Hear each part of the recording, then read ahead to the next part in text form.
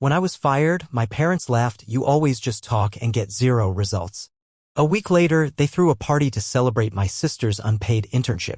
I asked if I could come, my father snorted. "Why?" "To sit in the corner and remind everyone what a loser looks like." Mom added, "She deserved it and you deserve nothing but pity and shame." I only smiled. "One day you will regret this holiday." 6 months later, I made a move that made them sob on the very porch they were kicking me off of. Now they call every night, "Please, we need you more than ever." I don't know if this happens in other families, but in mine, if you're not doing exactly what they want, it's like you don't exist. Like actually invisible. Not metaphorically, not emotionally, like, I could be standing right there and they'll talk around me like I'm drywall. And this week? This week took the cake. It started on Monday. I was in the kitchen heating up some leftover pasta from the night before. Just standing there, minding my business, holding a plate and scrolling through my phone while the microwave did its thing. My mom, Tamara, was at the sink, rinsing something, and I swear, she looked dead at me. Locked eyes. Then turned back to scrubbing and said loud enough for me and the fridge to hear, "Funny how only losers eat leftovers." Didn't blink. Didn't smirk. Just rinsed a plate and moved on. What do you even do with that? I laughed, mostly out of disbelief, because what else can you do? I mean, I'm not out here killing puppies, I'm just unemployed and heating up food. But she just dried her hands and left the room, leaving me standing there with lukewarm pasta and a phone at 11 a.m. Name's Nick, by the way. I'm 28. Been living back at home for about 4 months now. Rent is hell and job hunting is a joke. I lost my job at a logistics startup after they downsized. Budget cuts, they said. Nothing personal. I didn't make a scene or beg to stay. I packed my box and walked out with my dignity and a pretty decent severance. I thought I'd land on my feet. Turns out the floor is slippery as hell. Anyway, I always paid my share before. Phone bill. Groceries. Even chipped in for gas when I was working. But now that I'm not bringing home a paycheck, you'd think I was dragging bodies into the basement. My dad, Oleg, is one of those guys who only sees value in results. He doesn't do small talk or feelings. He does spreadsheets, projects, and quarterly goals. My mom, Tamara, lives for appearances. What the neighbors think matters more than what I actually feel. And my little sister, Kira? She's the golden one. Just landed an unpaid internship at some PR agency. Every time she tells the story, the name of the company changes, but it doesn't matter. She could say she's working for NASA and my parents would believe her as long as she says it with a smile. I don't even blame her. She's always been the peacekeeper. Goes along to get along. Says what they want to hear. I never had that in me. I ask questions. I push back. I make things complicated. So yeah. The tension has been building like a pressure cooker. A couple days after the leftover comment, I'm in the kitchen again. Quiet morning, just trying to get a coffee, maybe pretend to start my day. Oleg walks in, barely looks at me, and says, "Did the unemployment office call again?" Like that's a thing. Like they just ring you up out of the blue to check if you're still useless. I don't even respond. Just take my coffee and retreat to my room. The next day, I come down and the backyard is full of folding tables, plastic bags of chips, crates of soda, disposable cups. Looks like a kid's birthday party exploded on our lawn. I ask, "What's going on?" Mom barely glances up. "We're throwing a party for Kira. For her internship." I blink. "Cool. When is it?" She says Friday. Like it's obvious. Like I should already know. I offer, "Want me to help set up or anything?" Now Oleg's in the kitchen too, leaning on the counter like some washed-up general. He doesn't miss a beat. "What, so you can mope around and remind everyone what failure looks like?" I laugh. Again. Still clinging to the hope that someone's joking. But no smiles. No winks. Mom cuts in, "Kira earned this. You've earned nothing but pity and disappointment." That one stung. Not gonna lie. I say, "It's not like I chose to lose my job." Dad shrugs. "You've always been all talk. Maybe it's time you learned how the real world works." It's not new. He's always been like this. Always wanted me to be more something. More driven. More focused. More whatever he thinks a man should be. Mom adds, "Maybe if you spent less time online and more time listening to us, you'd be celebrating too." I snap a little. "You think I'm not trying? You think I want to be stuck here?" She just waves me off. Wipes the counter like I'm a smudge she can clean. Kira walks in mid-scene. She looks at me, eyes darting like she wants to step in, say something. But she doesn't. She never does. I get it. I really do. She doesn't want to pick sides. Doesn't want the smoke. But man, it would be nice not to be alone in the room for once. So I head back to my room. Scroll TikTok. Try to drown the noise. Downstairs, I can hear them making lists. Food, guests, playlist. I text my cousin Anya. Ask if she's going. She replies, yeah. Are you? I type IDK. Friday rolls around. Morning is tense. Mom knocks on my door like she's kicking in a warrant. Says if I'm not gonna help, I should stay out of the way. I try to sneak into the kitchen for coffee. She's standing in front of the machine, talking on speaker about how proud she is of Kira. I wait. She ignores me. I reach for a bag of chips. Dad walks in, slaps my hand away. Not hard, just enough. Those are for the party. Not for you. I just stare. He says, if you want food, go buy your own. I mutter, I'll get a burrito or something. He smirks. If you've got money for burritos, maybe you can start paying rent. I reply, I don't even have a job. He shoots back, maybe get one. So I grab my jacket and bounce. Walk around the park for a bit. Sit on a bench. Scroll through job listings. It's the same crap. Entry-level roles requiring 5 years of experience, 3 degrees, and a recommendation from God himself. After a couple hours, I go back. Try to sneak upstairs while the party kicks off. Music blaring. Laughter. I glimpse the backyard. Aunts, uncles, neighbors. Kira's glowing. People hugging her like she cured something. I hit the bottom step, but Oleg blocks the staircase. You're not planning to come out there, are you? No. I wasn't. Good. Don't ruin it for everyone. I nod. Whatever. Hours pass. Karaoke. Champagne. Mom taking photos like she's documenting a royal wedding. Someone belts out happy birthday even though it isn't. Then a knock at my door. I think it's Kira. I open it. It's Oleg. Drink in hand. You know, you could have been part of this if you just got your act together. I laugh bitter. You really think I want to celebrate an unpaid internship? He steps forward. I think you need to grow up. Or get out. I don't even flinch. Just look him dead in the eye. You'll regret this celebration one day. He chuckles. Sure I will. Slams the door behind him. And I sit there on the edge of my bed staring at the ceiling. They wanted me to disappear. They wanted me to vanish unless I had a trophy in hand. Fine. I'll vanish. But not like they think. Not with shame. Not with my head down. They want a show? They're gonna get one. And that's where it all started. Update soon. It gets messy, eh? And a little satisfying, not gonna lie.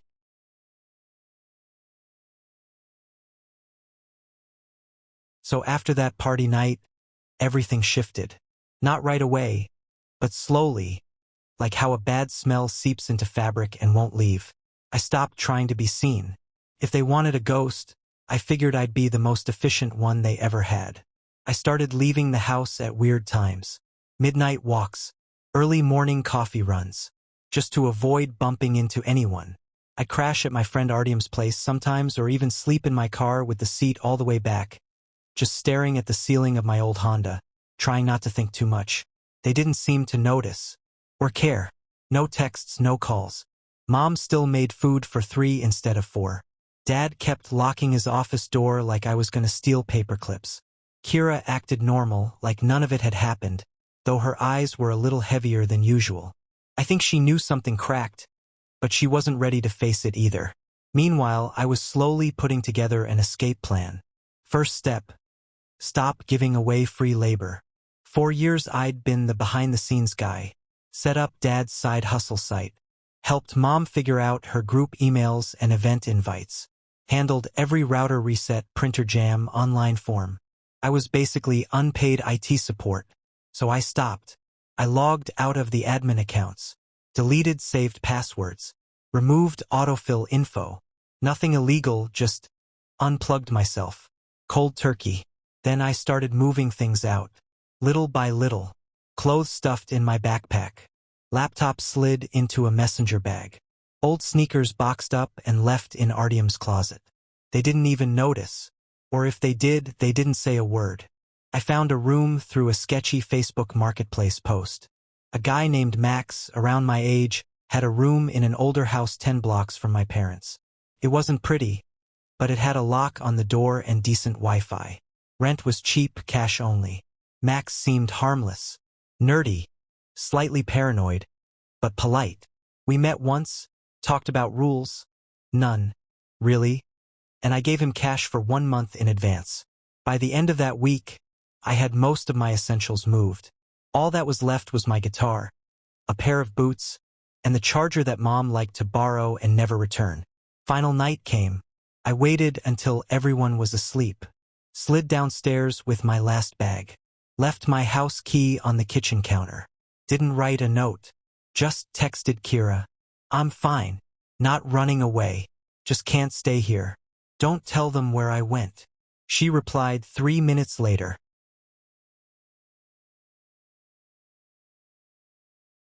By the third month out of that house, things started unraveling fast, but not for me.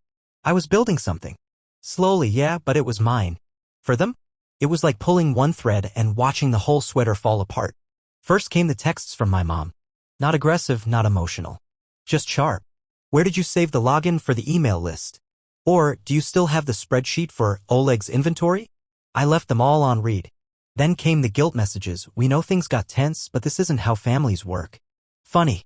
Because when I lived there, nothing felt like family. Kira started texting more frequently. It always started casual, memes, a TikTok, a random cat video. Then would turn into updates.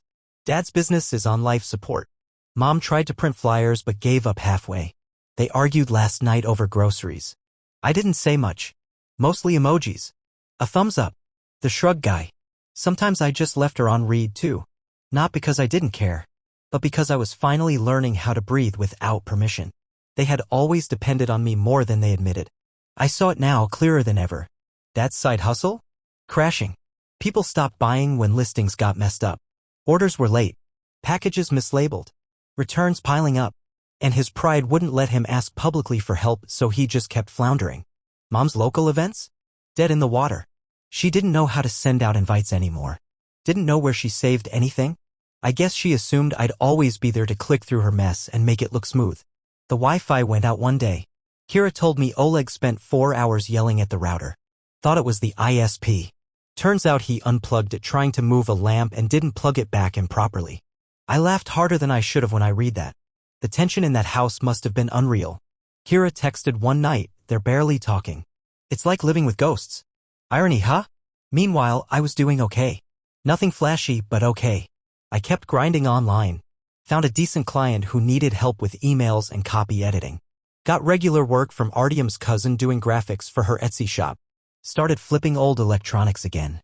Sold a busted PS4 for parts, used the money to buy a better desk. I didn't eat well, but I ate when I wanted. Slept when I wanted. Didn't flinch when a door creaked open. Then the big one hit, a Venmo request from my mom. Title, rent? No message. Just a number. The same amount they used to joke about charging me when I was wasting space. I stared at it for a while. Didn't respond. Texted Kira instead. "What is this?" She replied, "They said if you're not coming back, you should still help." I didn't answer. The next day, another text from Mom, "We're not your backup plan, Nick." I typed out 10 different responses. Deleted them all. Finally just sent, "You made it clear I was never part of the plan." She left me on read. A week later, Kira called.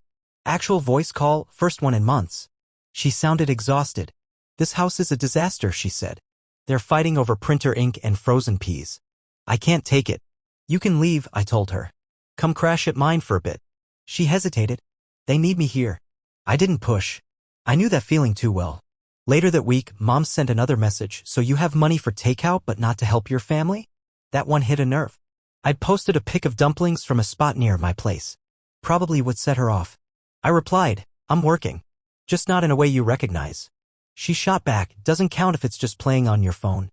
That was always the way with her. If it wasn't loud or visible or worthy of a brag to the neighbors, it wasn't real. "It counts to me," I said.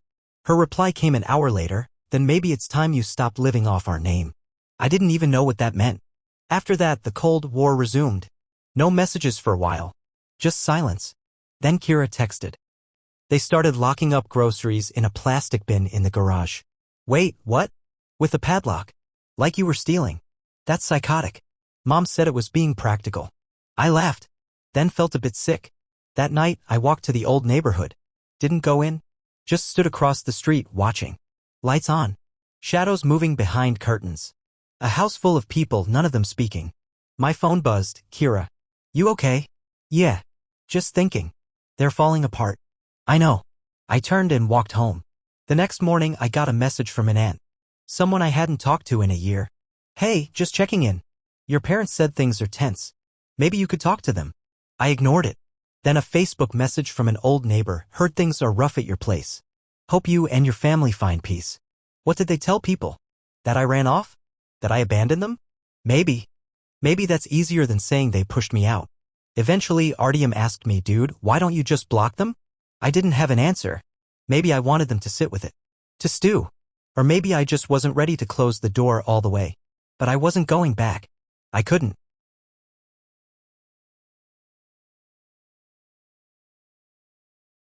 By month 4, something shifted in me. For the first time in years, I wasn't thinking about them every morning. I wasn't bracing for a comment, a sigh, a passive-aggressive dig. I woke up in my room, not some space I was being tolerated in, and I breathed.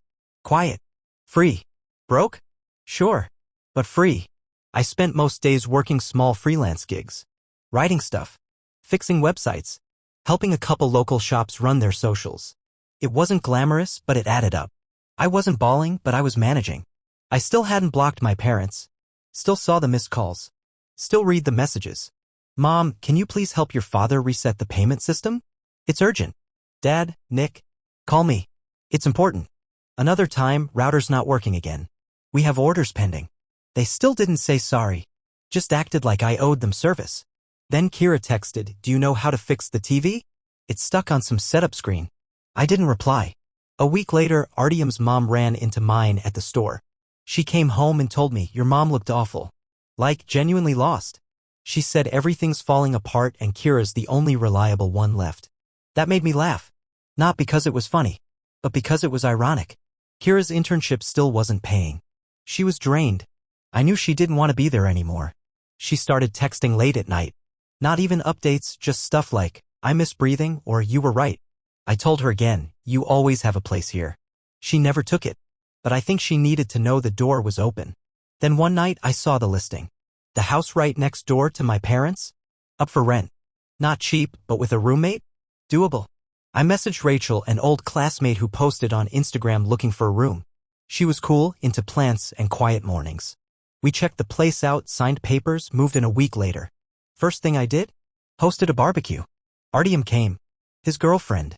A couple people from the freelance scene. Even the guy who delivers packages in the neighborhood, he's chill. Music wasn't loud, but enough to carry over the fence. I saw the curtains shift next door. Saw Dad come out onto the porch, stare. Mom behind him.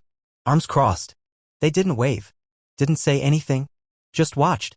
I went back to flipping burgers. Kira texted, are you really doing this right now? I replied, you're welcome to come over. She said, I can't. I said, your choice.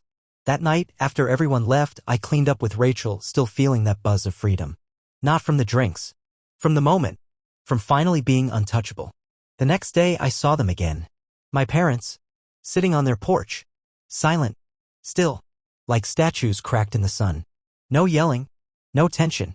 Just two people who looked small. I went inside. Made coffee. Didn't think about it much. Then the floodgates opened. Missed calls. Texts. Mom, Nick, we need you. Please help with the business. We're drowning. Dad, we can't keep up. We didn't know how much you were doing. Then, we were wrong. I'm sorry. Another, come home. Please. And from unknown numbers, neighbors, distant cousins, people I hadn't spoken to in years. They miss you. Family is family. You can fix this. But I didn't want to fix it. Because it wasn't broken by accident. It was designed to break people like me. People who didn't fit in the mold. People who didn't measure their worth by paychecks or praise from nosy neighbors. One night, Kira showed up. Just stood on the sidewalk. Didn't knock. Just waited. I stepped outside. She said, they're falling apart. I said, and when I was? She looked down. I didn't know how bad it was, she said. You never said anything when they tore into me. I didn't want to make it worse. Must be nice, having that option. She looked up, tears in her eyes. I'm sorry. I nodded. Okay. She didn't stay long. Just hugged me, quick and tight, then left. I didn't cry. Didn't feel angry. Just resolved. Next day, more calls. More pleading. Dad, you held us together. We didn't see it. Mom, please just talk to us. Let us make it right. I didn't reply. Because this wasn't about punishment. It was about freedom. About not being an unpaid servant, an emotional punching bag, a disappointment held up for ridicule. I didn't block them. I let the calls come. Let the texts pile up. Because now? Now they had to sit in the silence they gave me for years. Now they had to see the shape of the hole they carved when they pushed me out. Not out of love, not out of care, out of pride, out of fear, out of control. And me? I kept working, built a small client list, got a contract to help manage an indie brand's web store. Rachel and I got into a good rhythm. We cooked, worked, made playlists for cleaning days. I even bought a new chair. Not because I needed it, but because it felt good to give something to myself, finally. Kira visits sometimes. Never for long. But we sit on the steps, talk. She brings tea. I let her vent. She never asks me to go back. I think she knows better. One night, she said, "You know they still think you'll come fix everything." I know. Will you? I sipped my tea. I already did. Just not for them. And that was the end of it. They still call. Still beg. But I sleep fine. I wake up. Open the window. Let air in. Let peace in. And I breathe. Like I should have been allowed to all along. The end.